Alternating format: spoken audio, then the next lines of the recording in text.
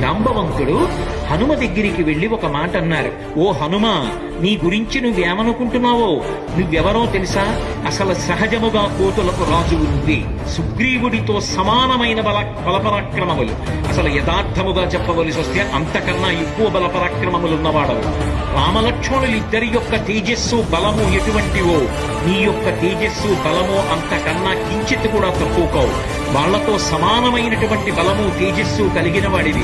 ఒకానొక నాడు నువ్వు అంజనాదేవి గర్భము నుండి భూమి మీద పడుతూనే పైన ప్రకాశిస్తున్నటువంటి అరుణారుణ వర్ణంలో ఉన్నటువంటి సూర్యబింబాన్ని చూసి తినే ఫలము అని భ్రమించి పుట్టినటువంటి పసిపిల్లవాడివి ఆకాశ మార్గంలో వెడుతుంటే బాలసూర్యుడికి ఎదురుగుండా బాలసూర్యుడు వెడుతున్నాడా అన్నట్టుగా నువ్వు వెడుతున్నప్పుడు నీ యొక్క తేజస్సును చూసి రాహుకేతువులు భయపడితే, రాహువు యొక్క ప్రార్థన విని ఇంద్రుడు బయలుదేరి వచ్చి వజ్రాన్ని ప్రయోగిస్తే ఆ వజ్రపు దెబ్బ చేత నీ ఎడమ దవడ సొట్టబడి పర్వత శిఖరానికి ఉరుసుకుని కింద పడిపోతే నీ తండ్రి వాయుదేవుడు ఆగ్రహించి నిన్ను చేతులలో పట్టుకుని నిలబడితే బ్రహ్మదేవుడు దేవతా సమూహములతో కలిసి ఆ గుహ దగ్గరికి వచ్చి దేవతలందరూ లోకపాలకులు నీకు అపారమైనటువంటి వరములిచ్చారు.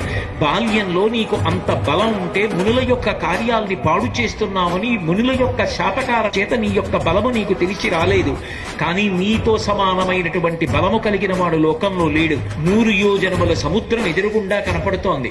వానరులందరూ ఉత్తర తీరంలో కూర్చున్నారు. వెళ్లే మార్గం కనపడటం లేదు.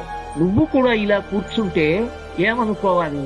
ఎవరు 100 యోజనముల దూరాన్ని దాటగలరని బాధపడి కూర్చుంటే ఇన్ని వానరములలో ఒక్క వానరను కూడా దాటలేకపోతున్నానంటుంటే స్వామి హనుమ ఒక్కరే బయలుదేరుతూ అంటారు, నేను వానరులైన మీ అందరికీ అభయమిస్తున్నాను. మన కార్యాన్ని సాధిస్తాను. వానర జాతి పరుగు ప్రతిష్టలు నిలబెడతాను. రామచంద్రమూర్తి కార్యాన్ని సాధిస్తాను. సుగ్రీవుని యొక్క మాట నిలబెడతాను.